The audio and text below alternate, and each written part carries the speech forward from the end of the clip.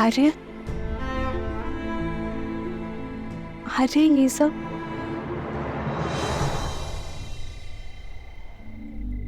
कर्तव्य पथ सीता, भरत और शत्रुघ्न मांडवी और श्रुत कीर्ति के साथ कैकेयी लौट रहे हैं।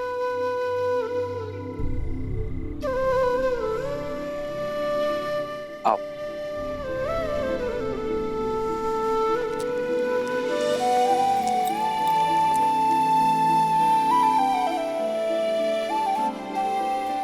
प्रणिपात भैया, प्रणिपात माता। आप दोनों की ही प्रतीक्षा कर रहे थे। भैया, मेरी कैकेयी में यात्रा अधूरी है, उसे पूर्ण करने जा रहा हूं। विदा कीजिए अपने भाई को, आशीर्वाद दीजिए मुझे।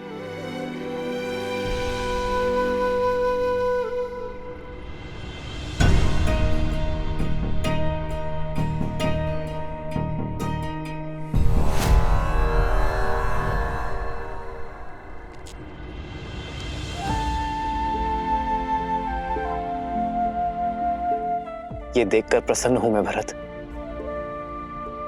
कि मेरा भाई उत्तरदायी हो गया है।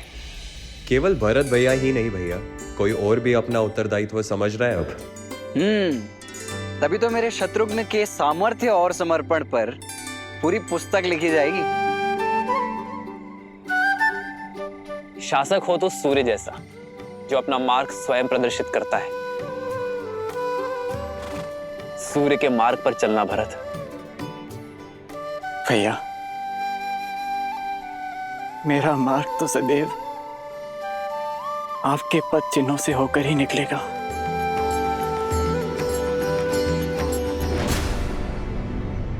देखा कैकेयी, जाते जाते भी मेरे भरत के कान भर रहा ये राम। उसे तो अपनी परछाई से भी अलग होने का अवसर नहीं देता। आप चारों के जाने से घर सूना हो जाएगा। वापस लौटने में अधिक प्रतीक्षा ना करवाना भरत। शीघ्र लौटूंगा भाभी माँ। विदा कीजिए भैया।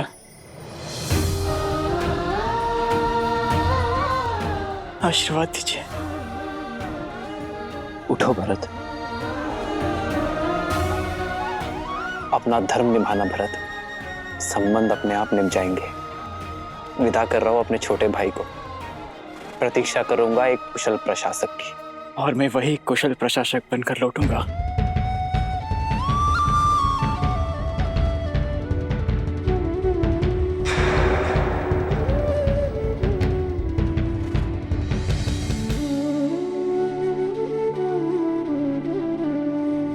प्रस्थान करो भरत। लक्ष्मण,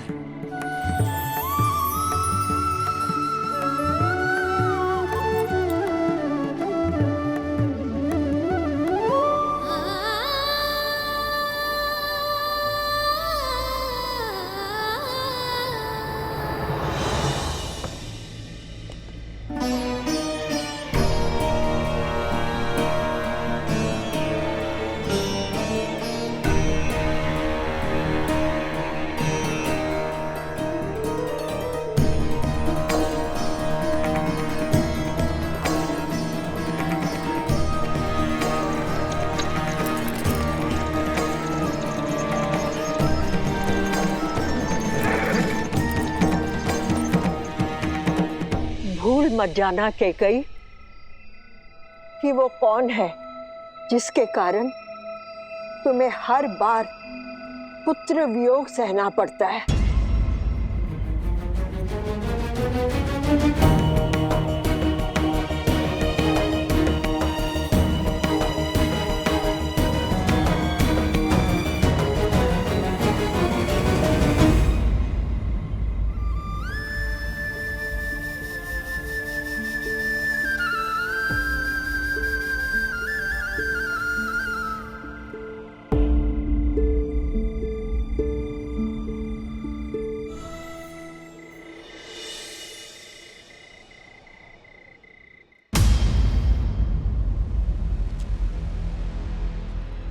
बड़े दृष्टिहीन माता पिता की इकलौती संतान हूं।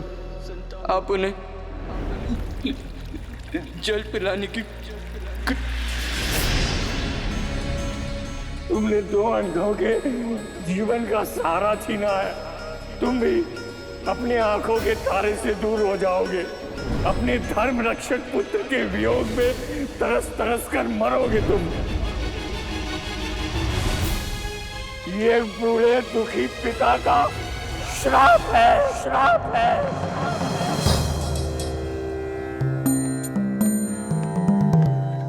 प्रणाम गुरुदेव।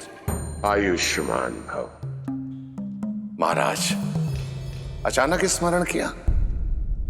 सब कुशल तो है? जब मन में चिंता के बादल छाए हों तो आशा रूपी सूर्य का स्मरण तो हो ही जाता है।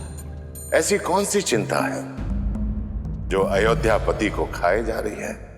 चिंता तो कर्म फल है गुरुदेव। मेरी चिंता का कारण मेरे पाप से मिला वो श्राप है।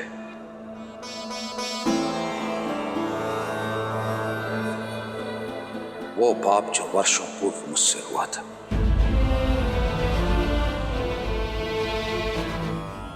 भय मृत्यु का नहीं है गुरुदेव। मृत्यु तो आनी ही है। भय तो मृत्यु के मार्ग का है। इस आयु में आकर पुत्र अपने पिता का सहारा बनते हैं, किंतु मेरे भरत और शत्रुघ्न फिर से मुझसे दूर हो गए। हम निरंतर यह भय सता रहा है कि कहीं मेरे राम और लक्ष्मण तो मुझसे दूर नहीं हो जाएंगे ना गुरुदेव। मेरा मार्गदर्शन करें। ये पल हर राजा के जीवन में आता है महाराज। अयोध्या की पताका लेकर आप बहुत लंबी यात्रा कर चुके हैं। ऐसे में थकान उचित है, और थकने के बाद यह पताका आपको युवा पीढ़ी को सौंप देनी चाहिए। महाराज, आप बहुत भाग्यशाली हैं कि ईश्वर ने आपको राम जैसा पुत्र दिया है, जो योग्य भी है और उत्तरदायी भी है, और प्रजा के बीच में जनप्रिय भी हैं। अपने धर्म और अपने शौर्य का परिचय पूरे संसार को दे चुके हैं। विवाहित भी हैं। मेरा आपसे अनुरोध है कि आप रघुनंदन को अयोध्या का सिंहासन सौंप दें और प्रजा के प्रिय राम को युवराज घोषित करें। अयोध्या की प्रजा ये देखने के लिए आतुर है।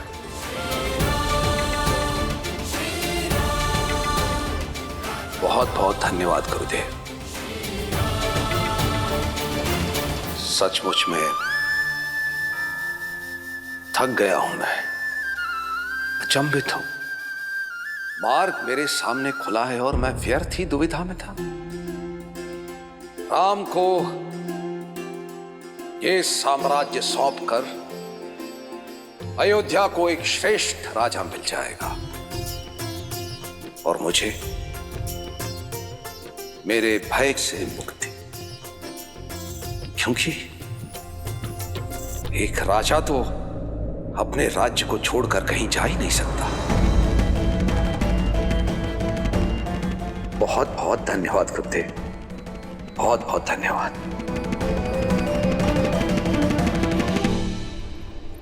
आप एक पुत्र की दृष्टि से देख रहे हैं, एक माँ की दृष्टि से भी तो देखिए। पुत्र के विवाह को 1 सप्ताह भी नहीं हुआ और उसे अपनी वधू के साथ अनिश्चित यात्रा पर जाना पड़ रहा है। कितनी पीड़ा में होंगी वो। माँ कैकेयी को मुझसे अधिक और कोई नहीं जानता सीता। उनके नेत्रों में केवल भरत से बिछड़ने की पीड़ा नहीं थी,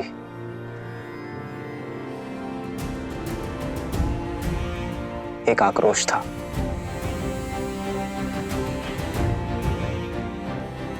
कुछ तो है सीता जो तेज बनकर उन्हें खाए जा रहा है। और फिर अपने पुत्रों की विदाई में पिताश्री भी उपस्थित नहीं थे। ये उनके स्वभाव से विपरीत है सीता। ईश्वर करे कि सब कुछ शुभ हो।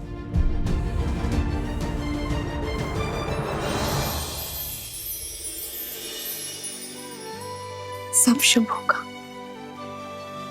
जब माता पिता की वेदना को समझने वाला पुत्र उनके पास बैठकर उनकी मन की सुनेगा।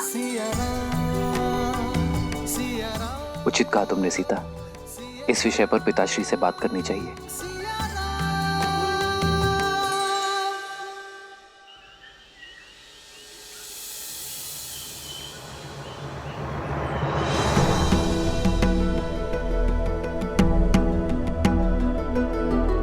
भैया भैया, वो पिताश्री ने आपको शीघ्र बुलवाया है। मैं उनके कक्ष में ही जा रहा हूँ लक्ष्मण। परंतु पिताश्री कक्ष में है नहीं भैया, वो राजसभा में है।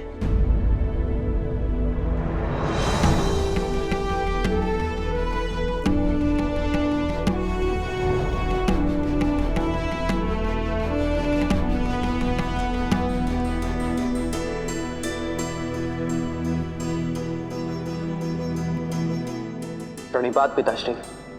आयुष्मान भवा। प्रणाम आचार्य। यशस्वी भव। राम, मेरे पुत्र राम, यहां मेरे समीप आओ।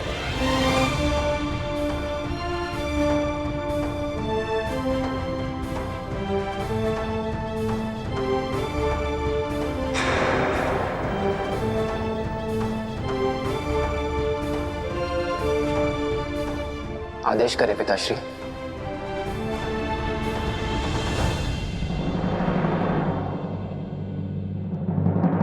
सभासदों, एक राजा का धर्म है अपनी अंतिम श्वास तक प्रजा और राज्य की सेवा करना। किंतु आपका ये दशरथ आयु और समय से जीत नहीं सकता।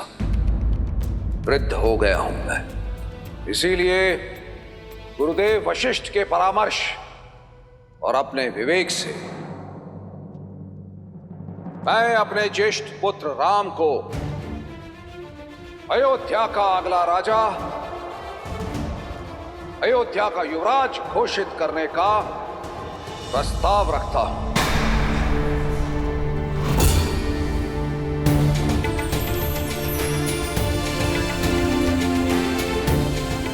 न्याय और धर्म में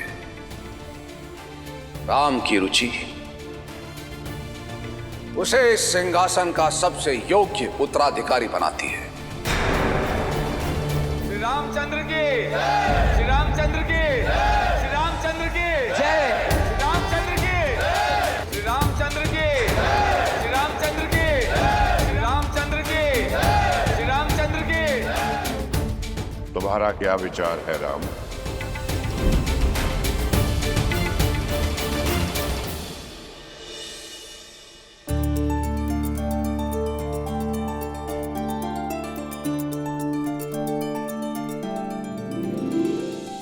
आचार्य,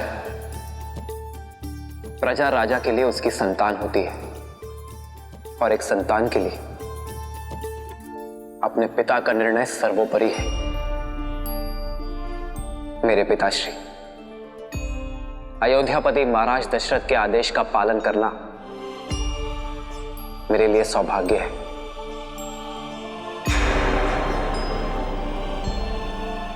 पिताश्री, जिस विश्वास के साथ आपने मुझे ये उत्तरदायित्व सौंपा है, मैं प्रयास करूंगा कि आपसे सीख लेकर आपके पदचिन्हों पर चलकर मन, वचन और कर्म के साथ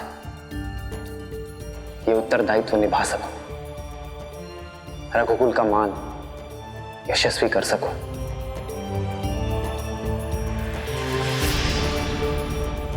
गुरुदेव, राम का युवराज अभिषेक कब कर सकते हैं हम? शुभस्य शीघ्रम। युवराज का अभिषेक कल ही हो सकता है।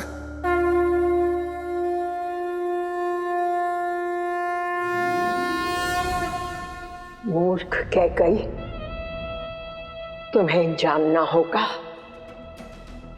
मां कह के तुम्हारी पीठ पर घात किया है राम ने।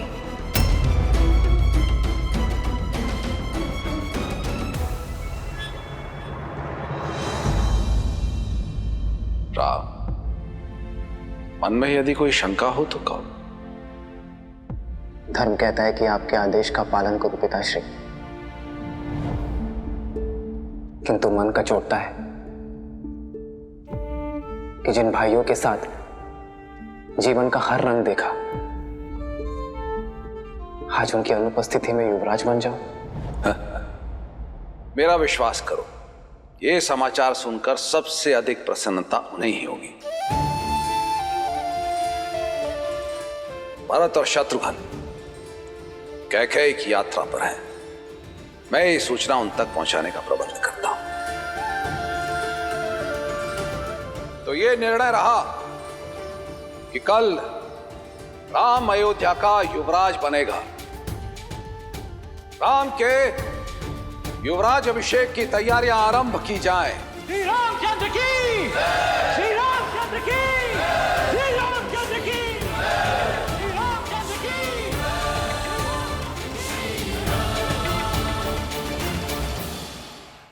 प्रेम के मीठे बोल बोल के इतना बड़ा घात किया उस राम ने। बेचारी कैकेयी, उसे तो इस चाल की भनक तक नहीं। सब नष्ट हो गया। मेरी इतने वर्षों की तपस्या नष्ट हो गई, सब नष्ट हो गया।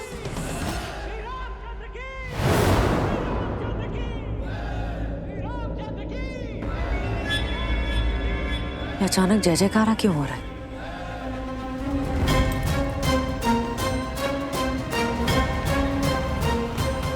जय जयकार नहीं, ये मेरी कैकेयी के विनाश का नाद है। सब अनर्थ हो गया, तुम्हारा हर स्वप्न टूट गया। मंत्रा, क्या हुआ? तुम रो क्यों रही हो? बबूल के वृक्ष को पानी दोगी तो आंचल में कांटे ही गिरेंगे ना। देखो देखो क्या क्या।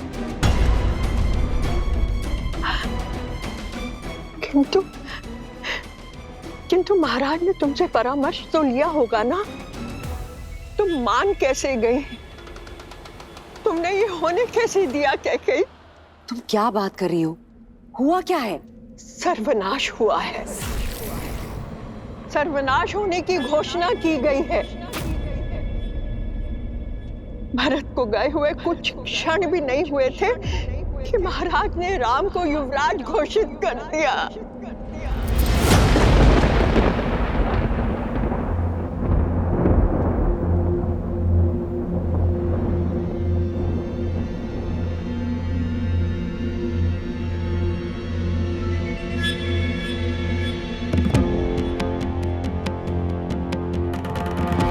अब समझ में आया कि राम ने भरत को रोका क्यों नहीं।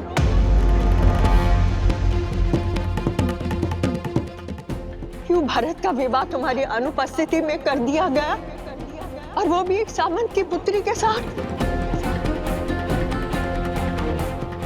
जानबूझकर किया गया छल है ये। कोयल बनकर राम खेल गया तुम्हारे साथ। तुम्हारे पुत्र भरत का भविष्य नष्ट भ्रष्ट हो गया। कैकेयी, अब तो जागो। कब सोचोगी उसके विषय में?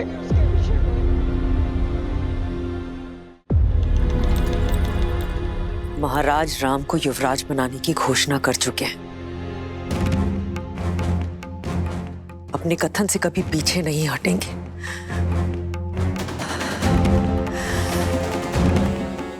आपने मेरे पुत्र भरत के साथ ठीक नहीं किया महाराज।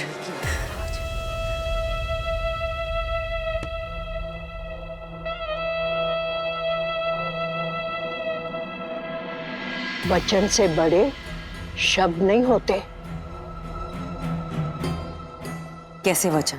वो वचन जो समरासुर युद्ध के पश्चात महाराज ने तुम्हें दिए थे। तुमने केवल अपने पति के प्राणों की ही रक्षा नहीं की, अयोध्या के महाराज के प्राणों की भी रक्षा की है। एक नहीं 2 वर देता हूं तुम्हें, मांगो। तुम तो भोली हो, भूल गई, किंतु लौटकर तुमने मुझे बताया था और ये मैं नहीं भूली। कैकई, तुम्हारे पास जीत का ब्रह्मास्त्र है, क्योंकि महाराज सब कुछ हार सकते हैं, किंतु रघुकुल का मान और अपना दिया हुआ वचन नहीं हार सकते। भाग्य से एक अवसर मिलता है और तुम्हारे पास तो 2 हैं।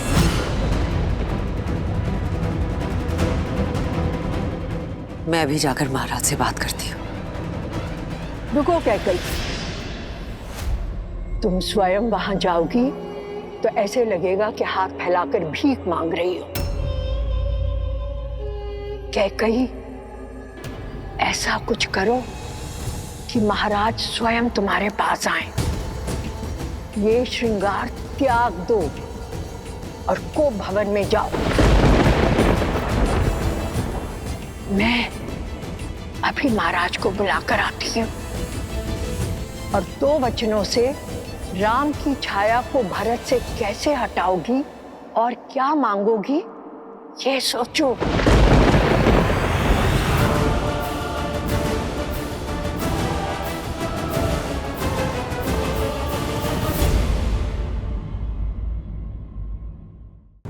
सुनो सुनो सुनो अयोध्या वासियों, सुनो सुनो सुनो सुनो अयोध्या वासियों, सुनो।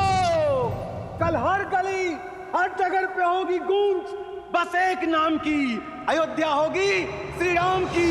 किनकी? श्री राम की। अयोध्या होगी श्री राम की, श्री रामचंद्र की, श्री रामचंद्र की।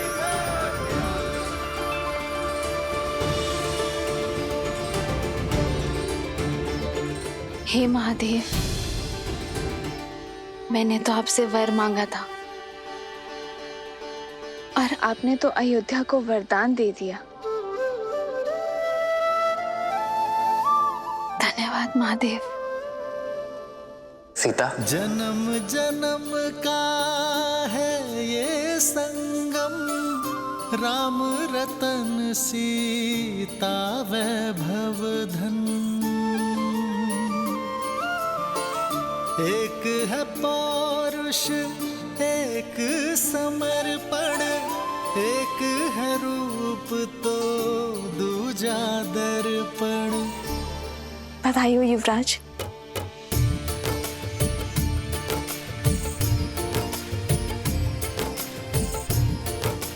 सीता, पिताश्री ने आज सभा में मुझे बुलाया और अचानक ये घोषणा कर दी। मैं तुम्हें बताने आ ही रहा था। एक स्त्री का सम्मान सदा उसके पति के मान से जुड़ा होता है और आज प्रजा के हृदय में आपके लिए मान देखकर मेरा भी सम्मान बढ़ गया। राम है लोचन सीता दृष्टि, राम है बादल सीता वृष्टि।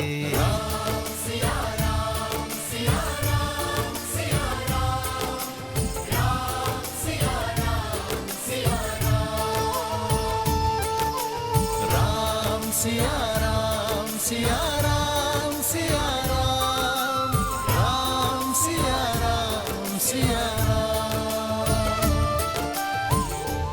ये मान, ये सम्मान एक श्रृंगार नहीं है सीता, ये दायित्व है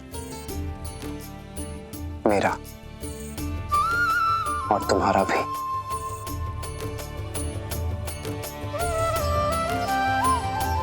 और ये दायित्व हमें पूर्ण निष्ठा से निभाना होगा। सम्मान को दायित्व समझकर धारण करने का गुण, किसी के शब्दों के पीछे छिपे भाव को समझने की कला ही तो आपको करुणामयी बनाती है श्री राम।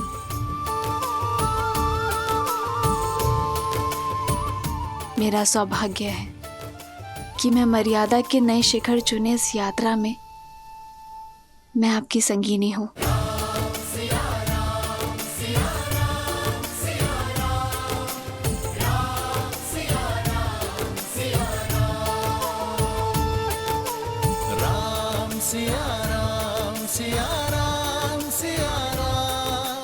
वो संगिनी जो इस राम को पूर्ण करती है।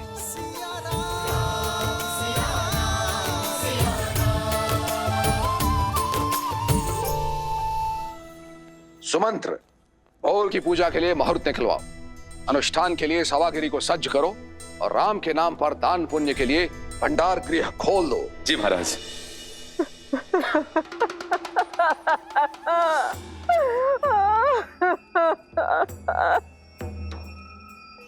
मंत्रा,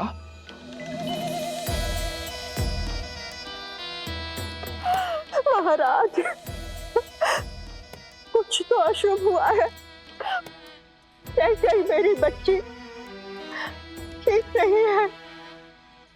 इस शुभ अवसर पर? किंतु ऐसा हुआ क्या है? बहुत पूछा किंतु कुछ नहीं बताया। बस अश्रु बहाती रही और सुबक रही है। इतना ही कहा कि मैं जाके आपको बता दूं। ठीक है, कैकेयी से कहो कि मुझसे आके कक्ष में मिले।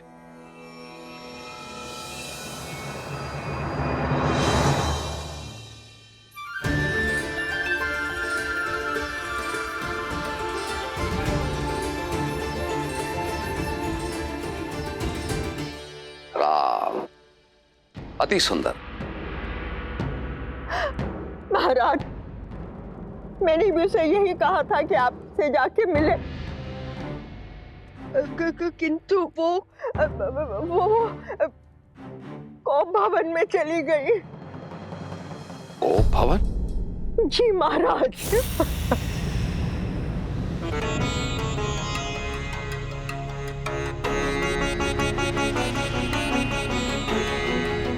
बहुत चेष्टा की महाराज, परंतु कुछ बोल नहीं रही है, केवल आपसे ही बात करेंगी।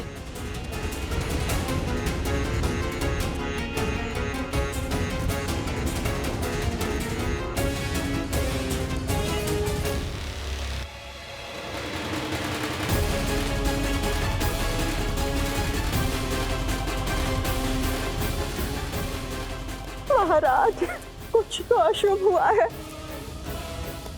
कैसे मेरी बच्ची ठीक नहीं है। बस अश्रु बहाती रही और सुबक रही है।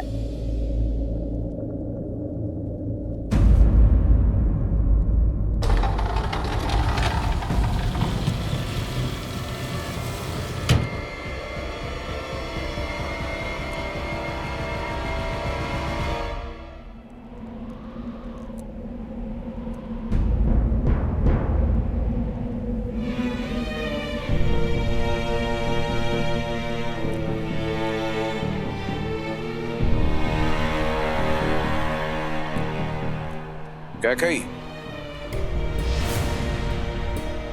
बधाई हो महाराज।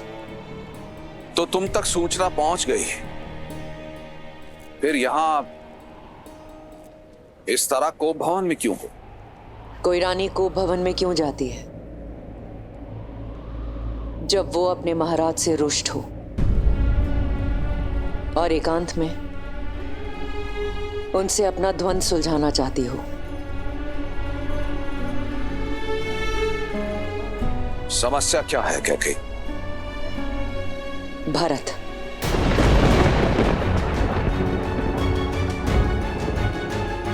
भरत की अनुपस्थिति में ये घोषणा क्यों?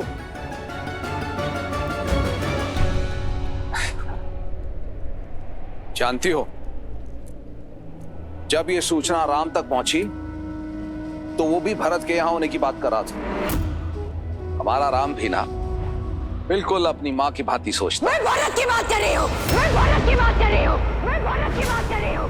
राम के गुणगान नहीं सुनने मुझे, राम के गुणगान नहीं सुनने मुझे, गुणगान नहीं सुनने मुझे, गुणगान नहीं सुनने मुझे। तुम्हें हो क्या गया है कैकेयी? तुम्हें ऐसा क्यों लगता है कि मैं जानबूझकर भारत के जाने के उपरांत राम को युवराज घोषित कर रहा हूं? इतना ही जान पाई हो मुझे तुम? जब से अपने पुत्रों के विवाह से लौटा हूं, देख रहा हूं कि तुम बदल गई हो। हर एक बात को किसी दूसरी बात के साथ जोड़ रही हो। क्योंकि जीवन में सब कुछ कहीं ना कहीं जुड़ा होता है। कोई भी घटना अकारण नहीं होती है। क्या ज्ञात था मुझे कि वर्षों पहले किया गया मेरा निस्वार्थ कर्म मुझे आज फल देगा।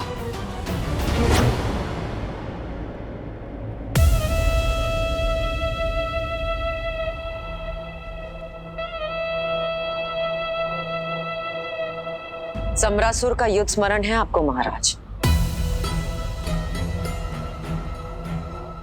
अपने प्राणों की रक्षा करने के लिए एक नहीं 2 वर दिए थे आपने मुझे, 2 वर दिए थे आपने मुझे, 2 वर दिए थे आपने मुझे।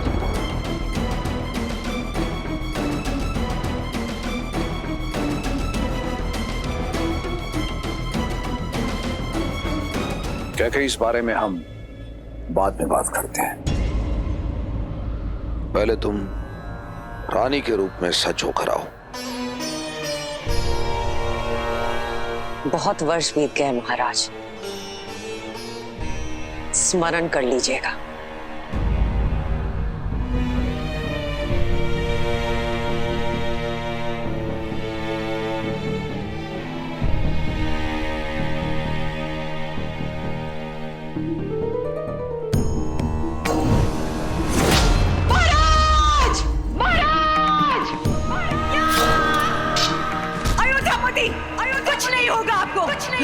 तुमने केवल अपने पति के प्राणों की ही रक्षा नहीं की,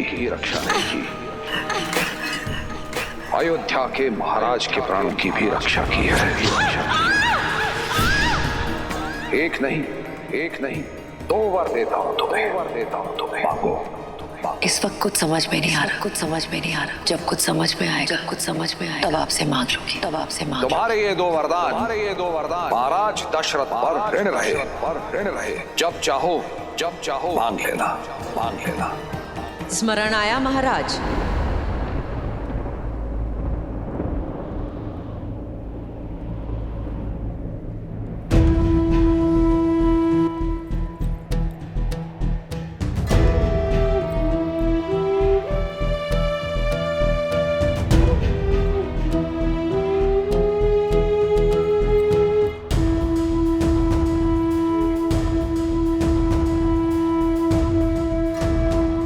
मनुष्य अपने शब्दों को कितना महत्व देता है, इसी से मनुष्य की पहचान होती है कैकेयी। मुझे सब स्मरण है। तो रघुवंशियों की रीत को पूरा कीजिए और अपने दिए गए 2 वचन पूर्ण कीजिए। बोलो कैकेयी, क्या वर चाहती हो?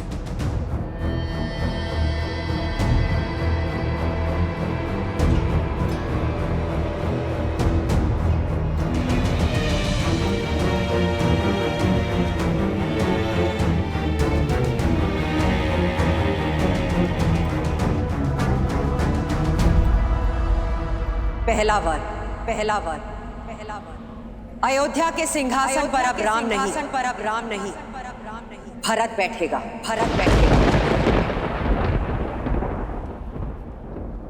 अयोध्या का राजा अब राम नहीं मेरा पुत्र भरत बनेगा।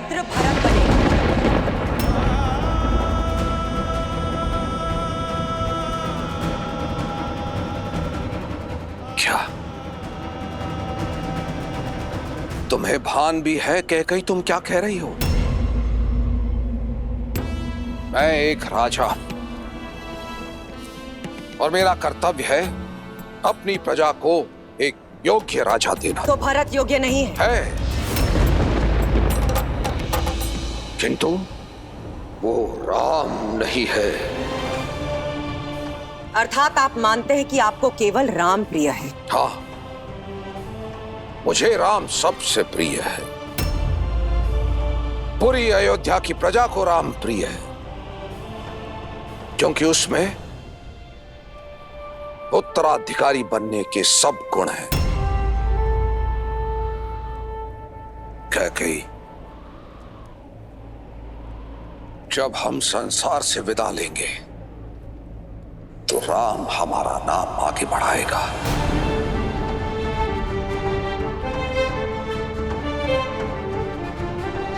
वो अयोध्या को और अपने भाइयों को संभालेगा। अयोध्या को आवश्यकता है राम की, मुझे आवश्यकता है राम की, भरत को आवश्यकता है राम की। और कैकेयी, राम के होते अयोध्या की प्रजा भरत को राजा स्वीकार नहीं करेगी।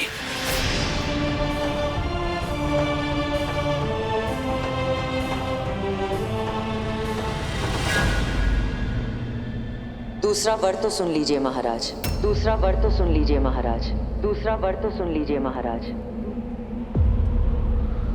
दूसरे वर में, दूसरे वर में, दूसरे वर में वनवास, वनवास।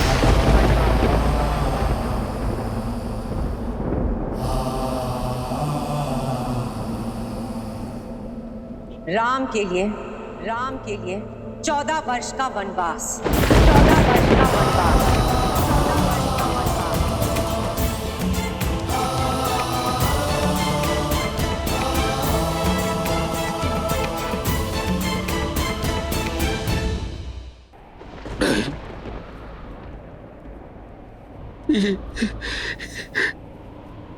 ये क्या कह दिया तुम कैकेयी?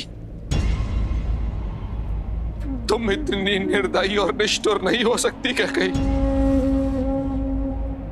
वो राम जिसके प्राण तुम में बसते हैं, जो तुम्हें पूछता है,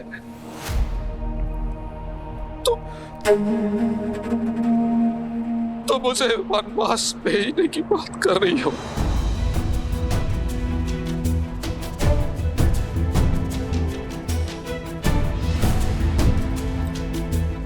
कैकेयी, मेरे प्राण ले लो कैकेयी, किंतु मेरे राम पर दया करो। एक माँ के नाम को कलंकित मत करो कैकेयी। ये माँ अपना मन बना चुकी है, अपना मन बना चुकी है। अब देखना ये है कि एक पिता अपने पुत्र प्रेम में अपने दिए गए वचनों का तिरस्कार करता है या अपने प्राण देकर भी अपने वचनों की पूर्ति करता है। नहीं कैकेयी, तुम ऐसी नहीं हो कैकेयी, तुम ऐसी बिल्कुल नहीं हो। तुम पर किसी ने वशीकरण किया। तुम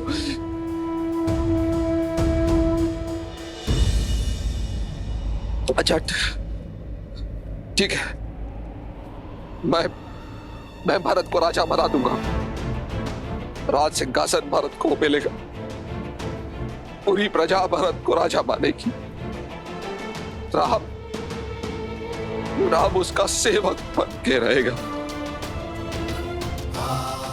किंतु मुझे मेरे राम से दूर मत करो। उसे ऐसा दंड मत दो कैकेयी। उसे यही रहने दो कैकेयी, उसे यही रहने दो। मेरे पुत्र का भविष्य बनाने का मार्ग यही है कि राम वन के मार्ग को चला जाए, वन के मार्ग को चला जाए।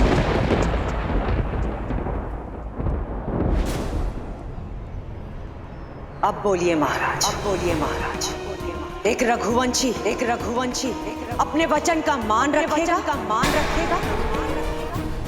या एक पिता राजा हरिश्चंद्र का सत्य, भागीरथ की दृढ़ता और रघु के संकल्प की हत्या करेगा।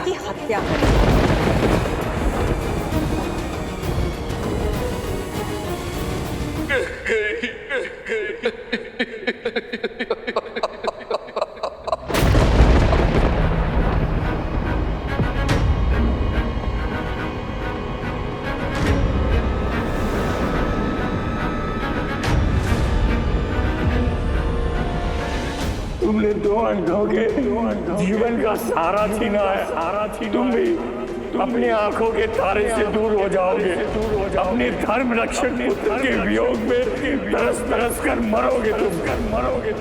ये बूढ़े दुखी पिता का श्राप है।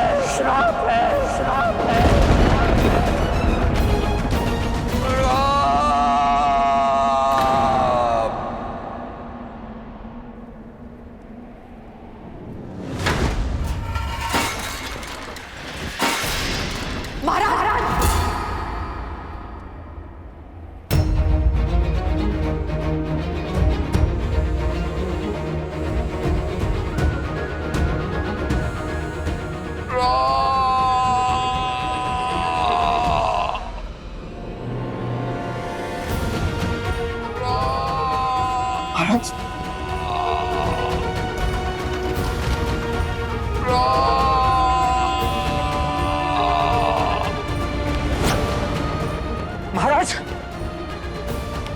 महाराज, आप ठीक तो? मैं अभी वैद्य जी को लिखा लेता हूँ।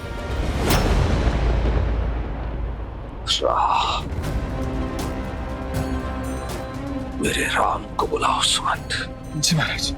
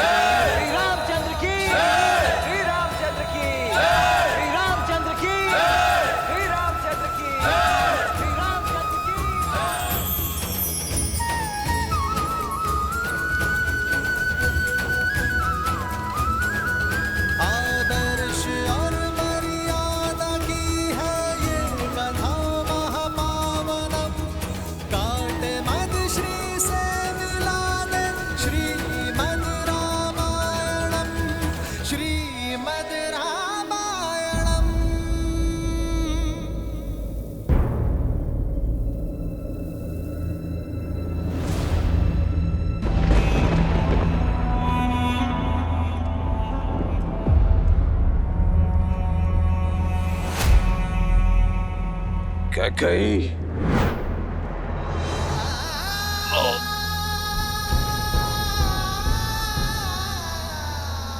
कैकेयी, ये भीषण कर्म मत करो। महाराज दशरथ को ये गिड़गिड़ाना शोभा नहीं देता है। आप अपने कर्तव्य से डिग सकते हैं, किंतु ये माता अपने धर्म पर अडिग रहेगी।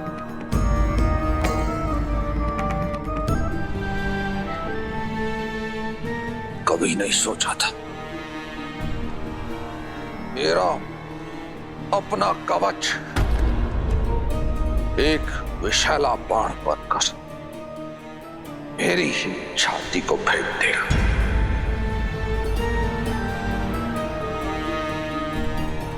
जिस कैकेयी से मैंने जीवन से अधिक प्रेम किया, वही मेरी मृत्यु का दूत बनकर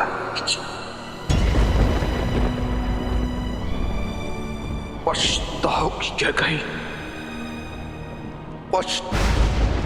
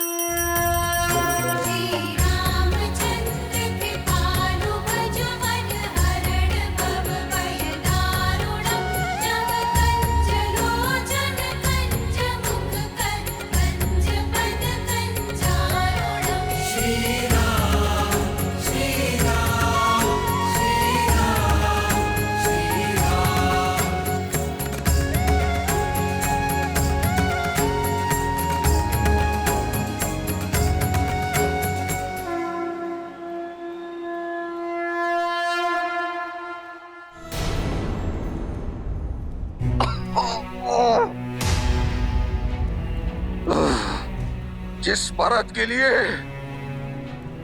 तुम इस राज सिंहासन का षड्यंत्र रच रही हो,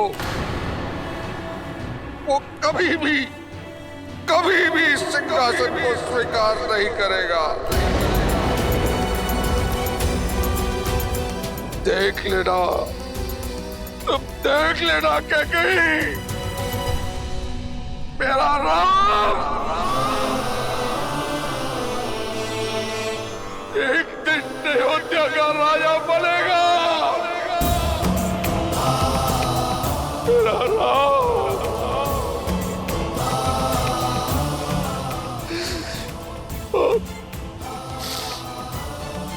और इसके तीनों भाई मेरे तीनों पुत्र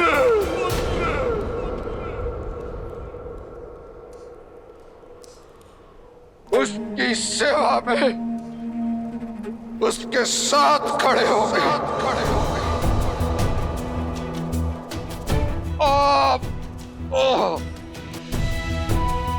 मर्यादा और न्याय का मुकुट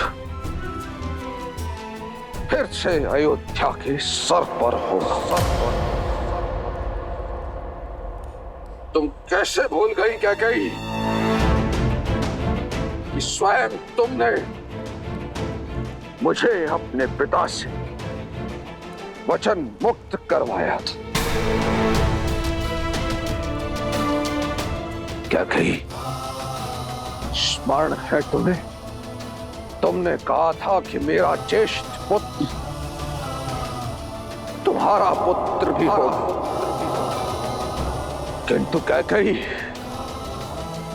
अब जो तुम कर रही हो ना, उससे तुम्हारा नाम इतिहास में कलंकित हो जाएगा।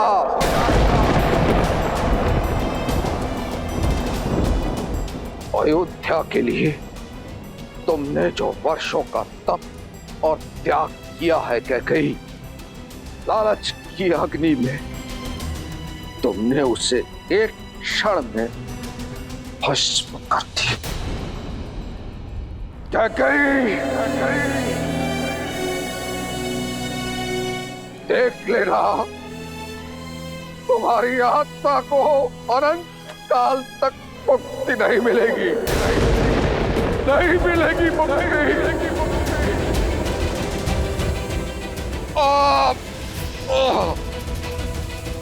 तुमने जो ये कुकृत्य किया है ना, इसके बाद कोई मनुष्य तो क्या, कोई राक्षस, कोई दैत्य, कोई पिशाच भी अपनी पुत्री का नाम क्या कहीं नहीं रखेगा।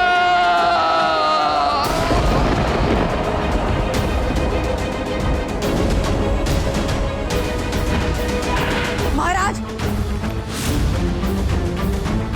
तो राम मुझसे निकट आने का प्रयास भी मत कर रहा। अब तो ईश्वर से एक ही प्रार्थना है, कभी भी तुम्हारा मुख ना देखूं और ना ही तुम्हारा स्वर सुनना पड़े।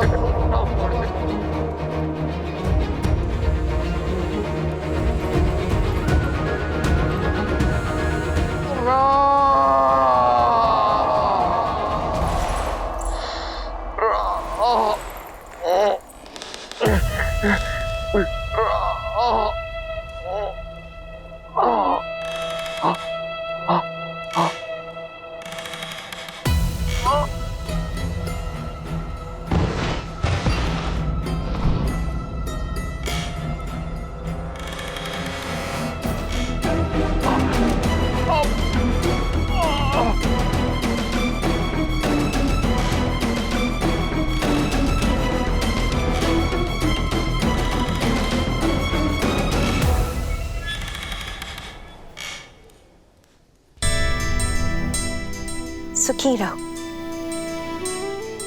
तुलादान के लिए आगे बढ़ो राम। जी माँ। तुम्हारे भार के बराबर स्वर्ण मुद्राएं और आभूषण प्रजा में बांटी जाएंगी। तुलादान एक धन का सूचक ही नहीं, एक होने वाले राजा के लिए संकल्प है कि एक राजा जीवन भर प्रजा का हित और उनका सुख साधेगा।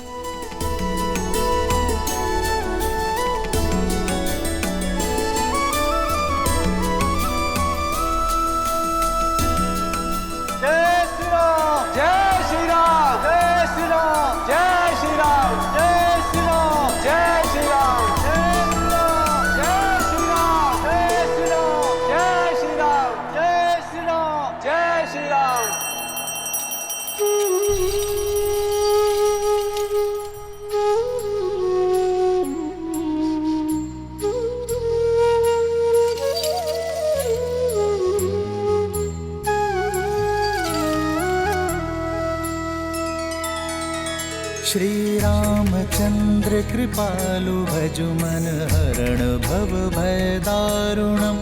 नव कंज लोचन कंज मुख कर कंज पद कंजारुणम। भगवान के अवतार का केवल नहीं गुणगान है, कैसे नारायण बने नर इसका पावन ज्ञान है।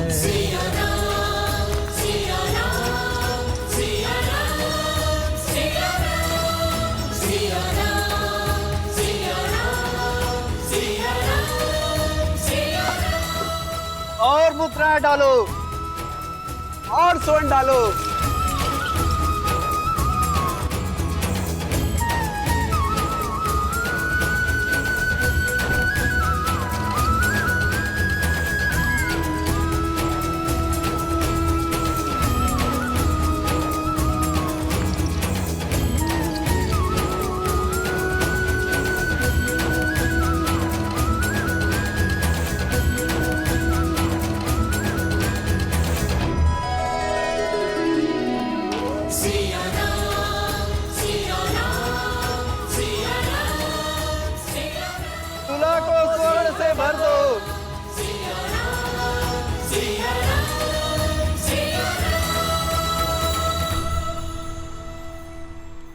आज कहीं संसार भर का स्वर्ण ही ना समाप्त हो जाए।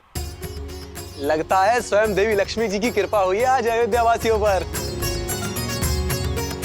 भैया, आज प्रसन्नता इतनी है कि अयोध्या के प्रत्येक घर को स्वर्ण से भर देना है।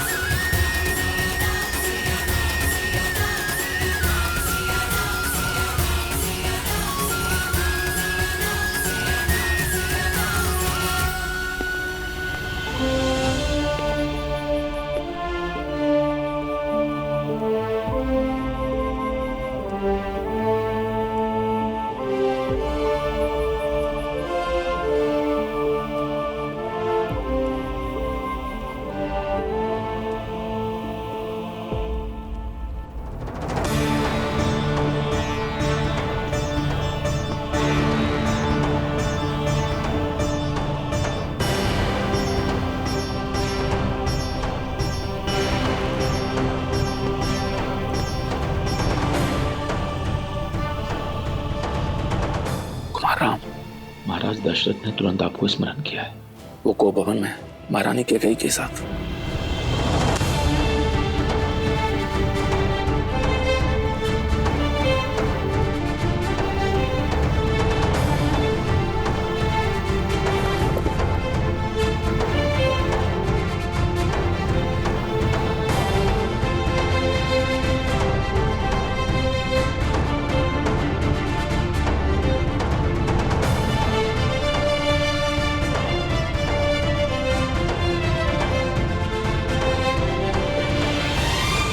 आप सभी से क्षमा चाहूंगा, किंतु मुझे जाना होगा।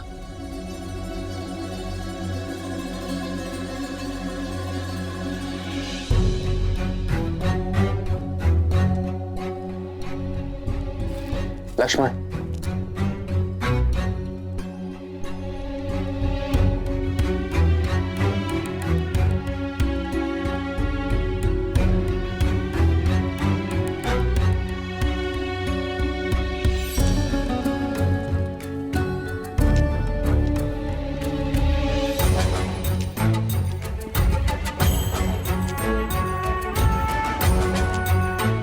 सुमित्रा, राम का यूं अचानक जाना, सब ठीक तो है ना?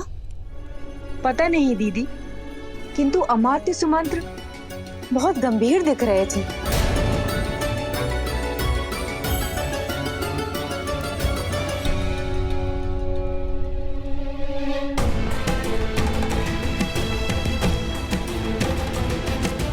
पिताश्री कब से कोम भवन में माता कैके के साथ है?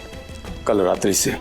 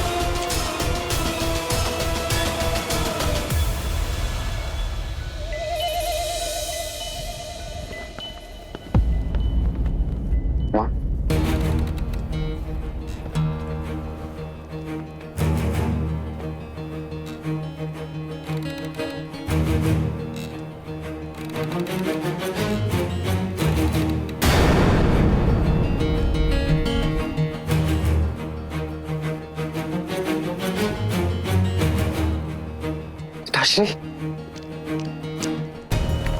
पिताश्री, पिताश्री, पिताश्री, उठिए पिताश्री, उठिए।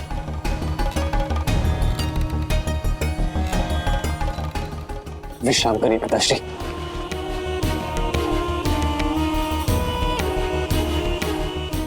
पिताश्री, पिताश्री आप ठीक तो है ना? पिताश्री आपका स्वास्थ्य, कहिए ना आपको क्या हुआ है?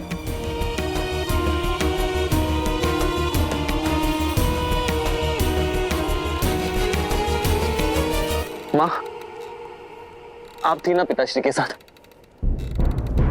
तो कहिए ना क्या हुआ है इनको?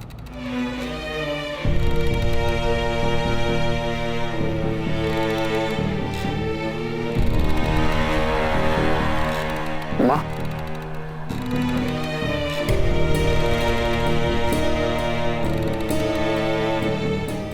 पिताश्री, पिताश्री मैं राजवैद्य को बुलाकर लेकर आता हूँ, वो तुरंत आपका उपचार कर देंगे। राजवैद्य को बुलाने का कोई लाभ नहीं।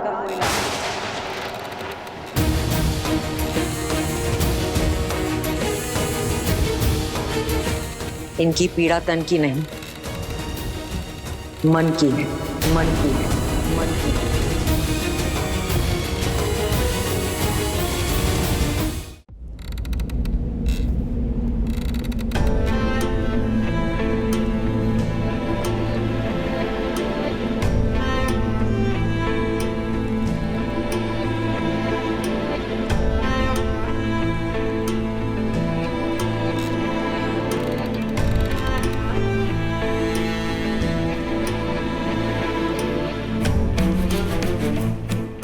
उपचार तो मन की पीड़ा का भी होता है माँ।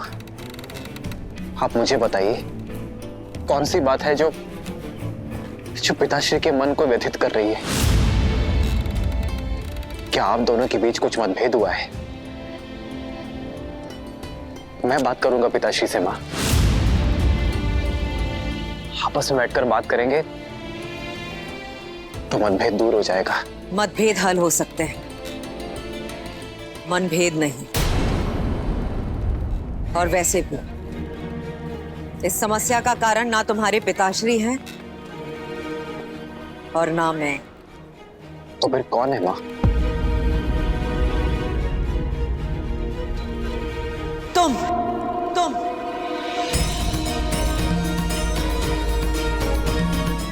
हो इस समस्या का कारण राम।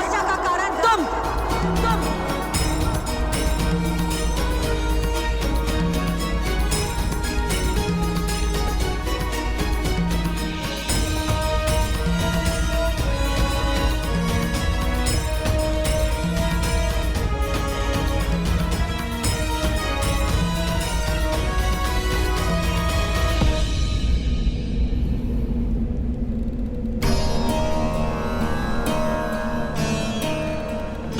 ऐसा क्या अपराध कर दिया मैंने माँ कि मैं अपने ही पिताश्री के लिए समस्या बन गया? यदि समस्या का कारण मैं हूं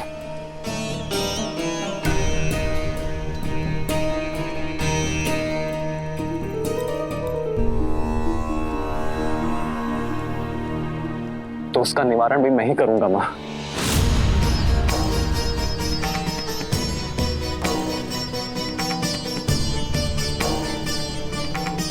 समस्या का कारण तुम अवश्य हो, किंतु निवारण तुम्हारे वश में नहीं है। आज तुम्हारे कारण तुम्हारे पिताश्री वो करने जा रहे हैं जो आज तक किसी रघुवंशी ने नहीं किया। कुल की मर्यादा को तोड़ने का अपराध।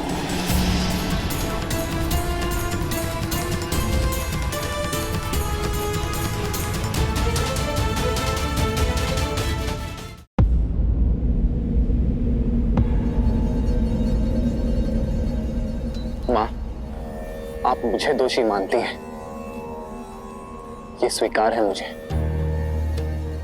किंतु महाराज दशरथ सदा निष्कलंक थे और सदा रहेंगे। वो जीवन भर धर्म की रक्षा, रघुवंश की मर्यादा के मार्ग पर चले हैं माँ। सृष्टिहीन मनुष्य मार्ग भटक जाता है और तुम्हारे प्रिय पिताश्री पुत्र मोह में, तुम्हारे मोह में मार्ग भटक चुके हैं, दृष्टिहीन हो चुके हैं और अधर्म के रास्ते पर चल चुके हैं।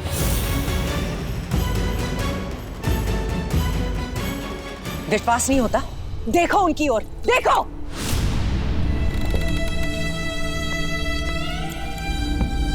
मर्यादा भंग करने के शूल ने इनके शब बांध दिए, किंतु इनका मुख साक्षी है कि रघुकुल की मर्यादा का पालन नहीं कर पाए और अपने दिए गए वचन से पलट गए हैं। ये पूछो इनसे, पूछो अपने पिताश्री से,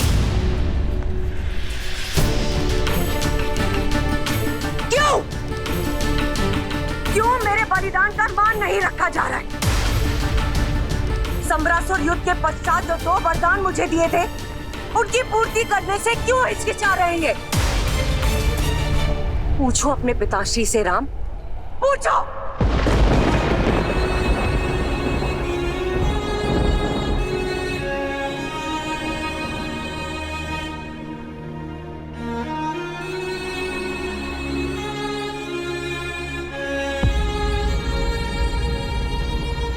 संतान होती ही इसलिए मां कि पुरखों की मर्यादा सनातन रहे। वो पुत्र ही क्या, जो अपने माता और पिता के वचन को पूर्ण न कर सके।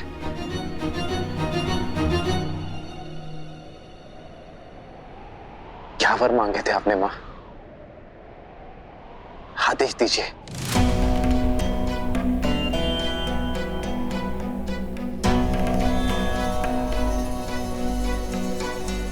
जो पिता नहीं कर पाए वो पुत्र क्या करेगा?